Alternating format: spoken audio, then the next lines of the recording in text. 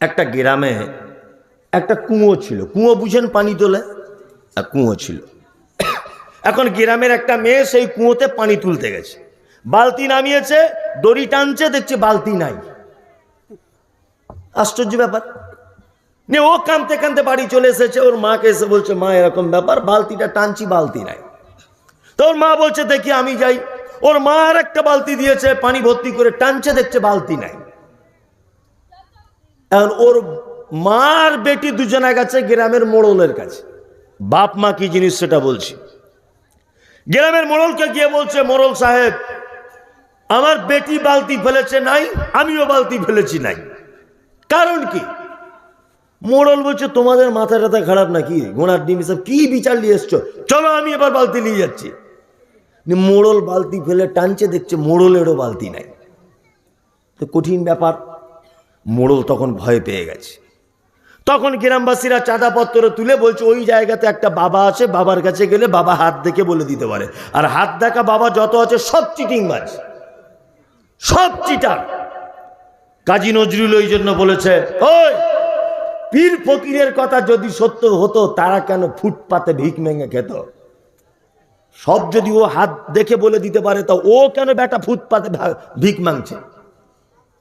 হ্যাঁ, ও 5 তলা বাড়ি করতে পারে না হাত দেখে? সব চিটিং মাছ। তা গ্রামের মোড়ল ও গেছে একটা ওই রকম বাবার কাছে, বাবা হাত দেখে বলছে, সাংঘাতিক ব্যাপার। কি বাবা? বলছে, এই যে দাগটা বাম দিকে চলে গেছে না, তার মানে তোমাদের গ্রামের কুয়ার ভিতরে একটা আফ্রিকান ভূত আছে। 1 সপ্তাহের মধ্যে যদি ভূত তাড়াতে না পারো, তাহলে গ্রামের সর্বপ্রথম মোড়ল মারা যাবে। মোড়লের তো মাথা খারাপ, আমি মারা যাবো তাহলে? তাহলে বাবা কি করতে হবে? বলছে, 12,000-এর তাবিজ লাগবে, 3 দিন পরে দেখবেন ভূত পালাবে। 12,000 টাকা নিয়েছে, তাবিজ দিয়েছে, বলছে 3 দিন পরে বালতি ফেলে টেস্ট করবে। বাপ মা কি জিনিস সেটা বলছি না। মোড়ল 3 দিন পরে বালতি ফেলেছে, টানছে, দেখছে আবার বালতি নেই। মোড়ল দেখছে, তাহলে এ তো মনে হয় পাকা চিটিংবাজ। তাহলে আর একজনের কাছে যাই। খোঁজ করে করে করে করে সেই ভাদুই গ্রামের ওখানে একটা ওই রকম চিটিংবাজ লোক আছে, ওর কাছে গেছে। ও আবার হাত দেখে বলছে, আগে কার কাছে গিয়েছিলে? অমুকের কাছে। বলছে, হ্যাঁ। বলছে, কি বলেছে? বলছে, আফ্রিকান ভূত। বলছে, না, ভুল বলেছে, এটা অস্ট্রেলিয়ান ভূত। এটা আফ্রিকান হতে পারে না, অস্ট্রেলিয়ান মাল। এটা তো কঠিন চিজ। এ গ্রামে থাকলে মোটামুটি আর 2 দিন টাইম আছে, গ্রামের 4-5 জন লোক মারা যাবে, তার মধ্যে মোড়লও মরবে। এর আরো খারাপ। বলছে, তাহলে লাগবে কত তাবিজে? বলছে, 15,000। 15,000 টাকা দিয়ে তাবিজ নিয়ে নিয়েছে। 3 দিনে ভূত পালাবে।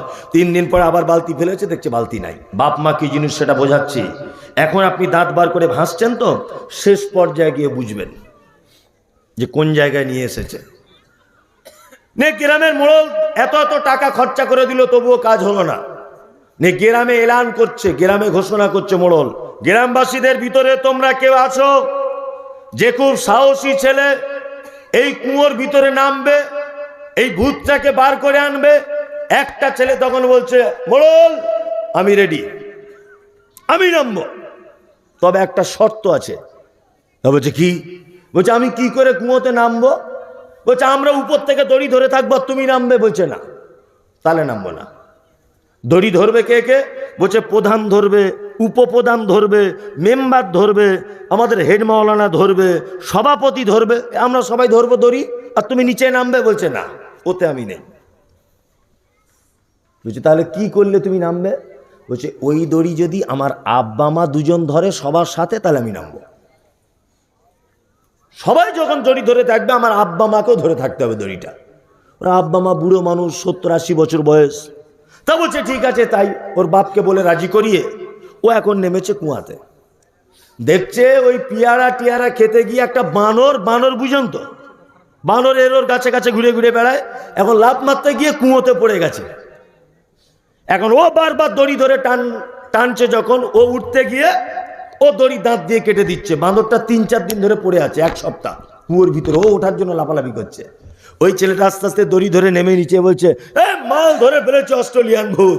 মোড়ল তখন দেখছে সত্যি কি একটা আনছে। ও লুঙ্গি একদম এরকম ভাবে গুটিয়ে মাঠে মাঠে ছুটছে যে অস্ট্রেলিয়ান ভূত উঠছে। এবারে সবাই দড়ি ছেড়ে দিয়ে ছুটছে। দড়ি ছাড়তে পারলো না ওর আব্বা আর মা। বুড়ো মানুষ তো, দুজন আস্তে আস্তে আস্তে আস্তে আস্তে করে দাঁত দিয়ে এটা ওটা করে দড়িটাকে ধরে রেখেছে। ছেলে আছে নিচেই, ছেলেকে বাঁচাতে হবে, তাই উপরে চলে এলো ছেলেটা, মাদরটাকে ছেড়ে দেওয়া হলো, চলে গেল। এবার গ্রামের মোড়ল একটা ফুলের তোড়া নিয়ে ওই ছেলেটাকে সম্বর্ধনা জানাতে যাচ্ছে যে তুমি যে ভালো কাজ করেছো এর জন্য ফুলের তোড়া দিয়ে তোমাকে সম্মান জানানো হবে। ছেলেটা তখন বলছে, মোড়ল, ওই জন্য আমি বলেছিলাম আমার আব্বা মা ওই দড়ি ধরতে হবে, দেখলাম তার প্রমাণ। ভূত দেখে সবাই পালিয়ে গেল, পালালো না কে? বাপ আর মা। ডাক্তার বলেছে আপনি ক্যান্সার রোগে আক্রান্ত, খুব বেশি হলে আর আপনি 2 মাস 4 মাস বেঁচে থাকতে পারেন।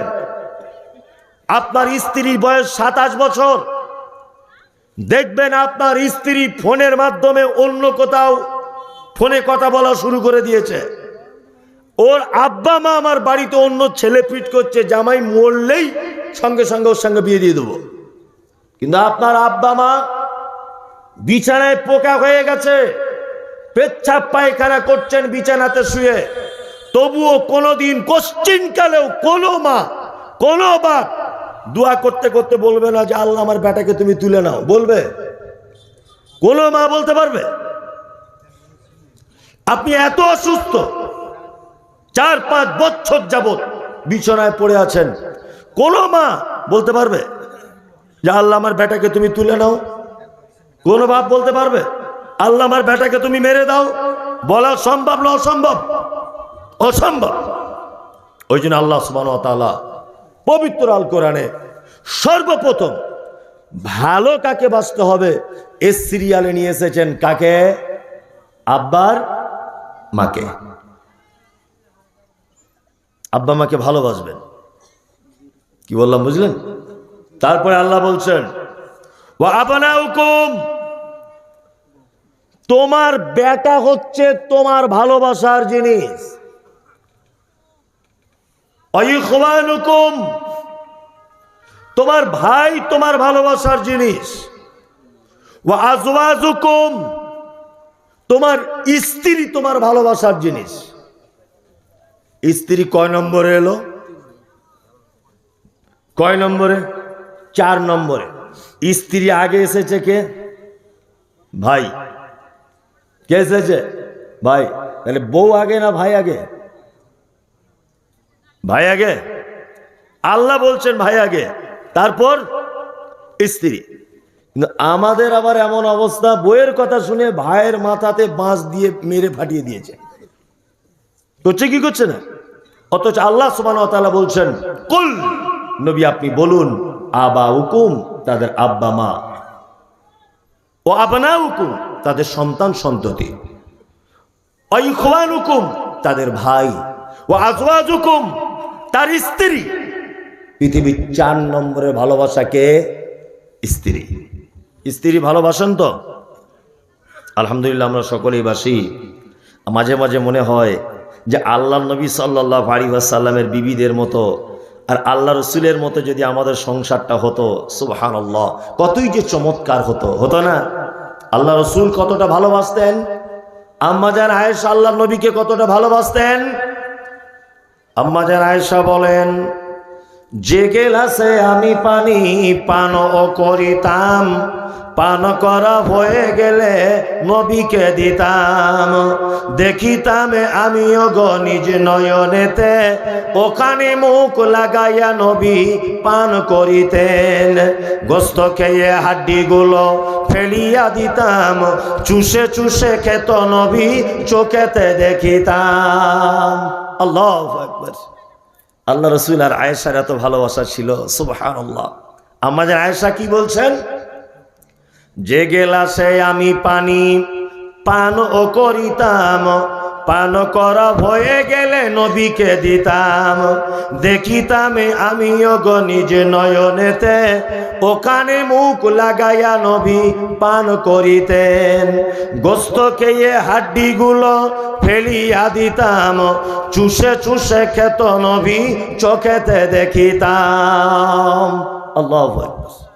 আম্মা জান আয়েশা বলছেন যখন ভাত খেতে বসতাম আল্লাহ রসুলের সাথে, আমি গেলাসে যে জায়গাটায় মুখ লাগিয়ে পানি পান করেছি গেলাসটা রেখে দিয়েছি।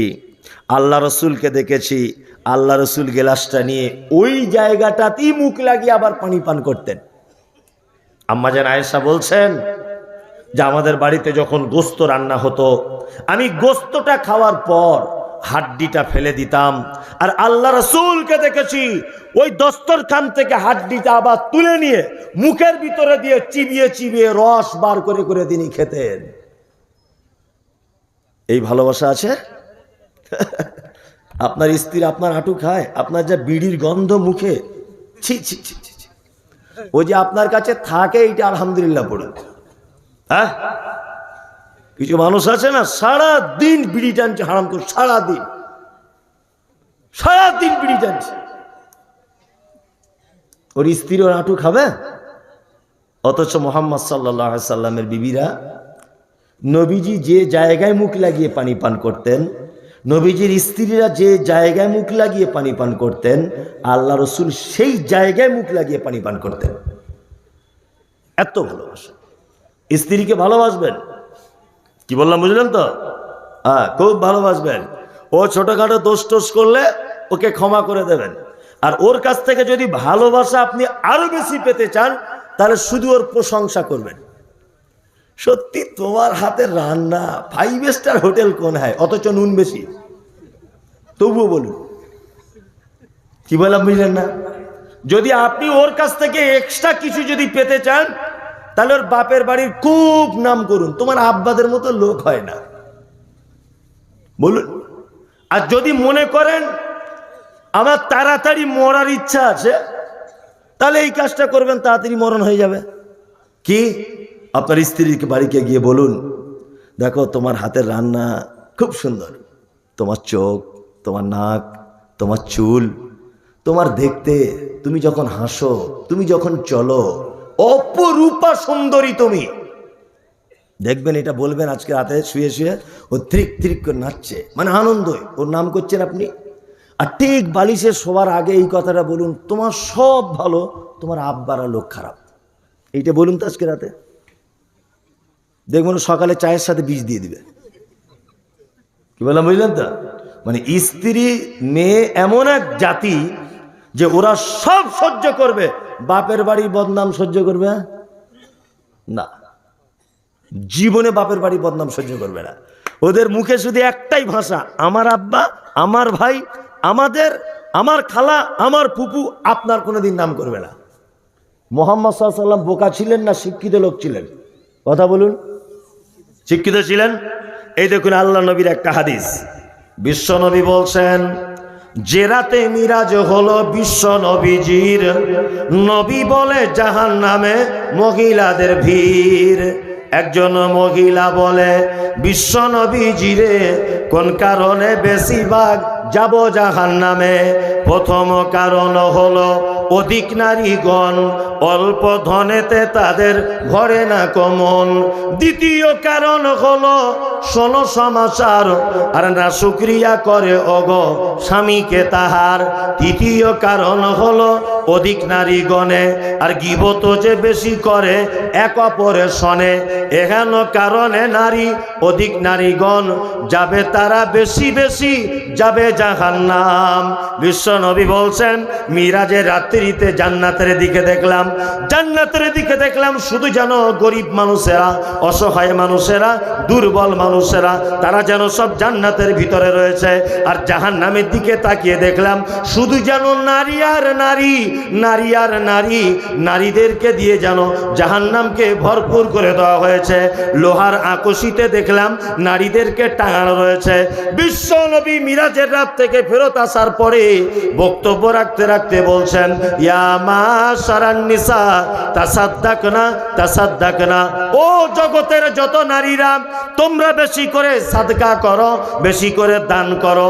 একজন মহিলা বলছেন, ও দয়ার নবী গো, আপনি পুরুষদেরকে দানের কথা বলছেন না, অথচ নারীদেরকে বারবার দানের কথা বলছেন কেন? বিশ্ব নবী বলছেন, ও সাহাবিয়া শুনে রেখে দাও, আমি তোমাদের অধিকাংশকে জাহান্নামের ভিতরে দেখলাম, এই কারণে তোমরা যদি জাহান্নাম থেকে বাঁচতে চাও তাহলে বেশি করে তোমরা দান করো, বেশি করে সাদকা করো, তাহলে তোমরা জাহান্নাম থেকে বেঁচে যাবে। মহিলা বলছেন, আল্লাহর নবী গো, আমরা জাহান্নাম থেকে বাঁচব, কোন কোন কারণে জাহান্নামে যাব, কারণগুলো আপনি আমাদেরকে বলে দেন। বিশ্বনবী বলছেন, প্রথম কারণ হলো অধিক